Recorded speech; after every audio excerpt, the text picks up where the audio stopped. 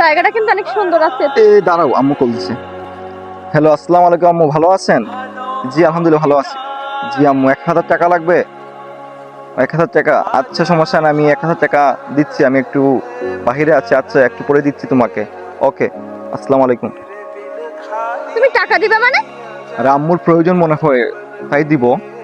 তোমার আম্মু কি আমাদের কাছে টাকা দিয়ে রাখছে? এজন্য আর 2 দিন পর পর প্রয়োজন হবে?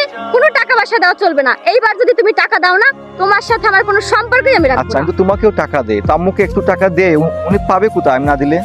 আর ওই মহিলার কি খাই দেয় কোনো কাজ নাই? 2 দিন পর পর ফোন দিয়ে শুধু টাকা টাকা, মনে হচ্ছে টাকা উনি কামাই করে দিয়ে রাখছেন আর ছেলের কাছে যত সব দিল তো ঘোড়ার মোড়টাই নষ্ট করে দিল। আরে আমার আম্মু ছিল না, তোমার আম্মুই ছিল। তোমার আম্মু টাকা খুঁজছিল আমার কাছে।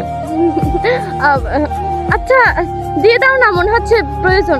না না, কোনো প্রয়োজন নাই, কোনো প্রয়োজন নাই, কেন দিব, রেখে দিই, কোনো প্রয়োজন নাই। আসলে আম্মুর মনে হচ্ছে প্রয়োজন, আমার আব্বু অসুস্থ তো, দাও না প্লিজ, এমন করো না প্লিজ। আচ্ছা, তোমার আম্মু আম্মু, আমার আম্মু আম্মু না।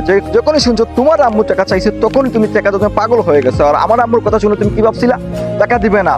উনি কেন আমাদের কাছে বারবার টাকা চায়? শুনো, যে মা 10 মাস 10 দিন গর্ভে ধারণ করছে, ওই মাকে টাকা দিলে তোমার সমস্যা হয়।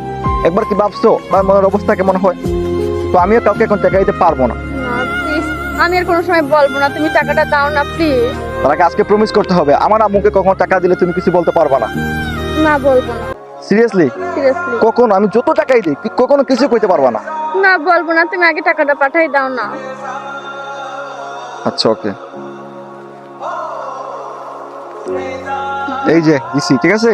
হ্যাঁ, ঠিক আছে। ওকে, ভালো হয়ে যাও, সময় আছে, চলো বাসায় যাই।